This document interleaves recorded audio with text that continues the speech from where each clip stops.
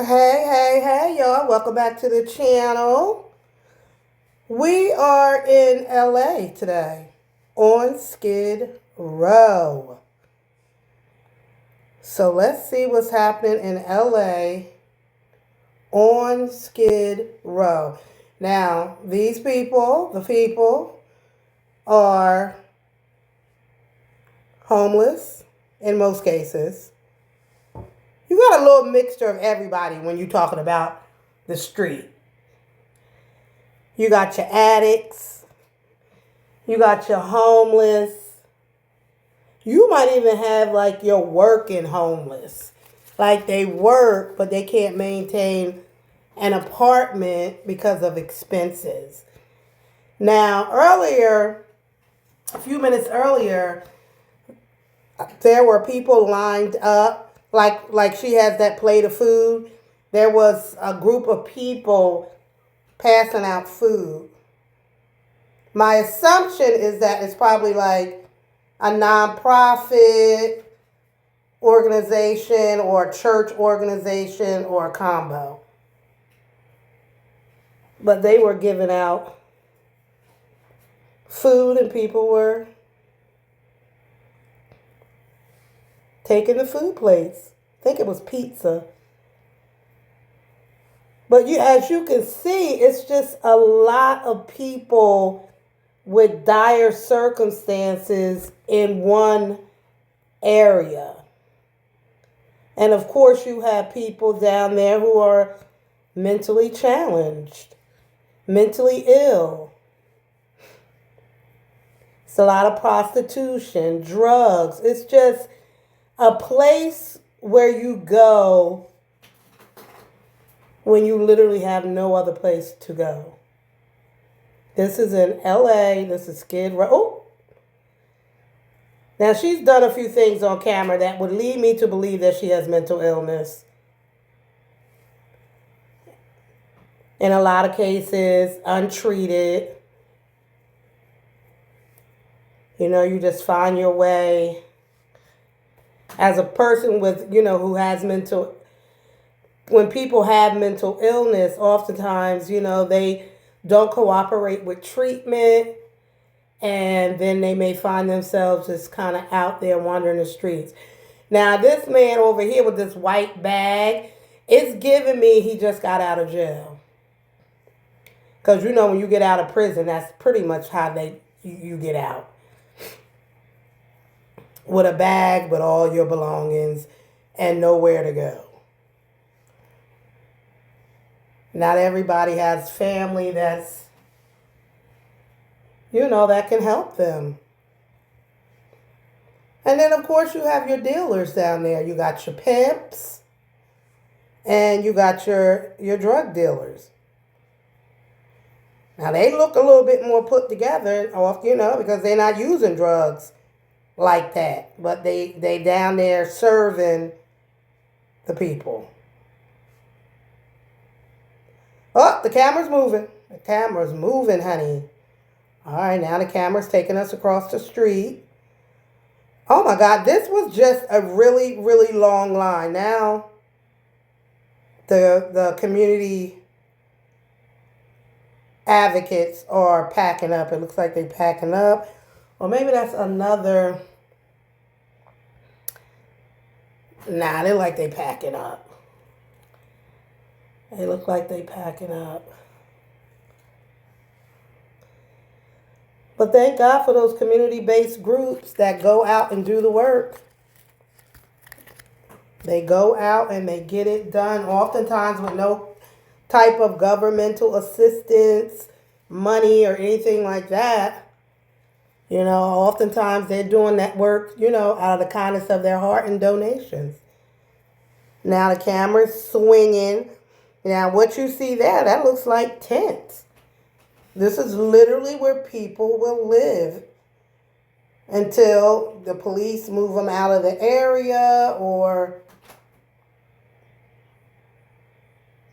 it becomes, too dangerous and they go, whatever it is. They are very nomadic.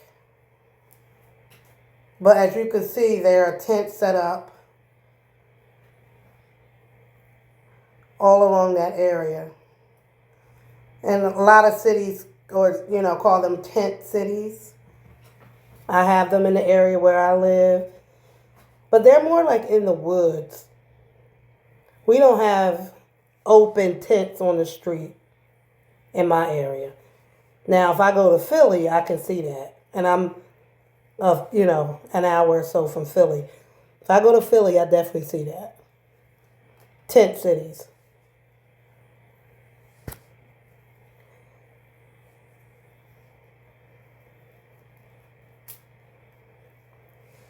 And oftentimes people will go to states that they know they could pretty much live outside year round.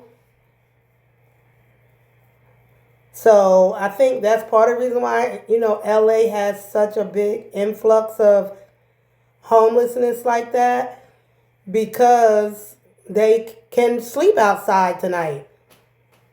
It's February. It would be very difficult to do that in Philly or New York. In my last video when we were on Kensington, it was dead. Like nobody was out there because it was at night. I was on the cameras today. It was a little bit more people out, but not like this.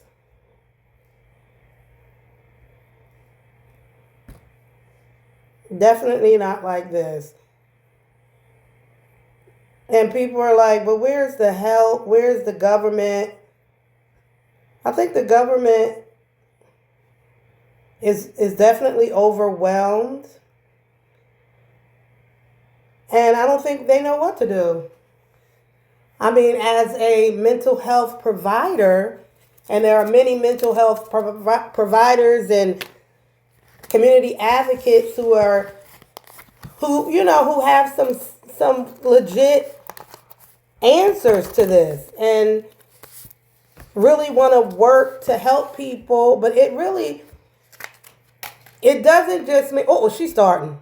Y'all look at this. Look at her. Look at her. I'm going to move myself. It doesn't mean just putting all these people in an apartment. That's not the answer. When you have drugs, you have, drug addiction, you have people with mental illness that aren't getting treatment. You have so many trauma stories that need treatment. It's and a lot of people who take advantage of situations like this. Women, if you hear the stories of women and what they go to, women aren't safe to be in situations like that. The amount of, these stories aren't even told. They don't even report when they are, R-worded, taken advantage of. Oftentimes they don't even report it. You're not even safe in their tents. They get violated inside of their tents. And, you go in your tent for safety and then you get violated in your tent.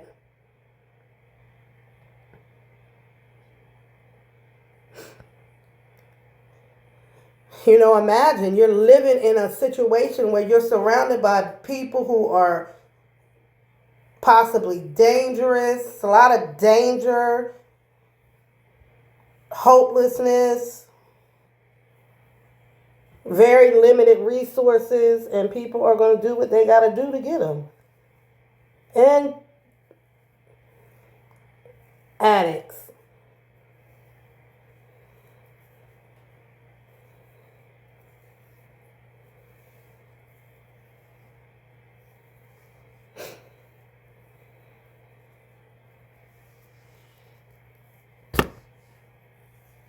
So what's the answer? I have no idea.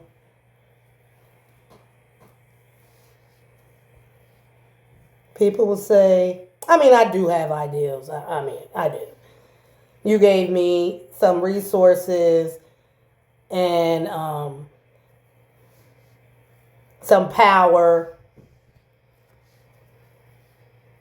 I definitely have some ideas on how to reduce, resolve, and prevent. Because it's all about prevention, right? If we took each and every one of those people and did therapy with them and found out their life story and if they experienced childhood trauma and how do they think that impacted their adulthood. I'm glad tonight that we don't see any children, but there are times when we do see children on these cameras living in tents with their parent, either both parents or one parent.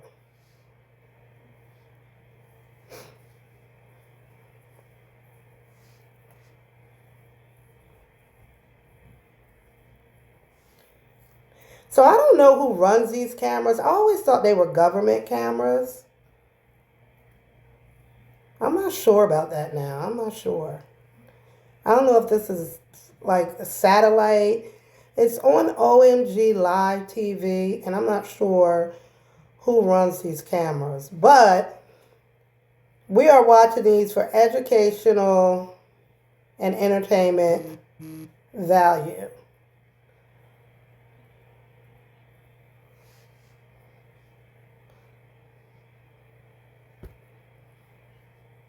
Here's somebody who's handicapped. We didn't even mention that population.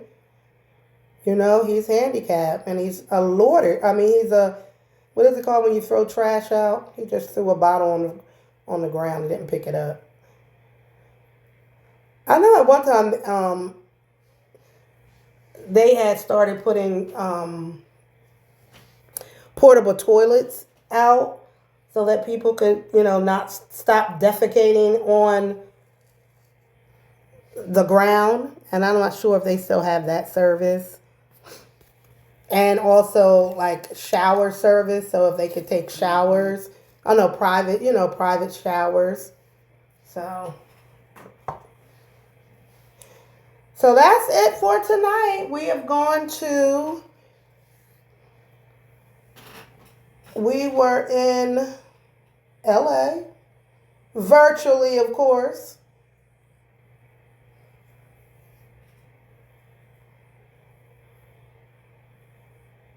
We're going to keep the homeless population and people with untreated mental illness lifted up in prayer, honey. And encourage people to get treatment. Prevention really starts with our children. Our children grow up in a safe, nurturing, loving environment. And although they may not always do the right thing as kids, giving them that foundation is going to help to reduce some of this. All right, guys, don't forget to like, share, and subscribe.